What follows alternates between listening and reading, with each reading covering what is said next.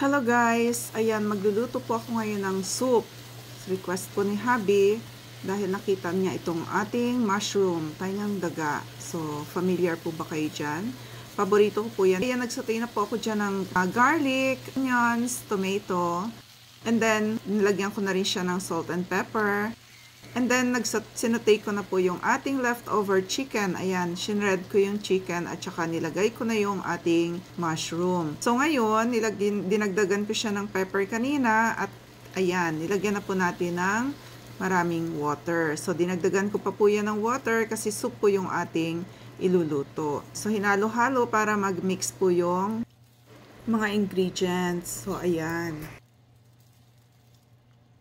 Dinagdagan ko pa siya ng isang water and then nilagay ko na yung ating sotanghon or vermicelli noodles. Palubog-lubog natin para mabasa siya.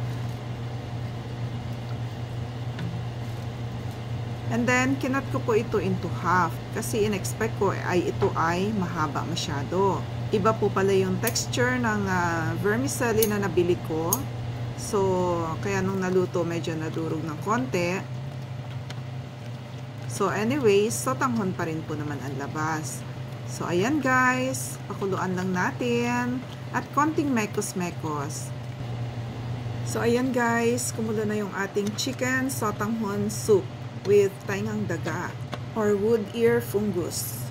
Ready na, transfer na natin sa ating bowl. Let's eat guys, bon appetit! Like, follow, and please mag-iwan po kayo ng comment or bakas para mabalikan ko po kayo. God bless!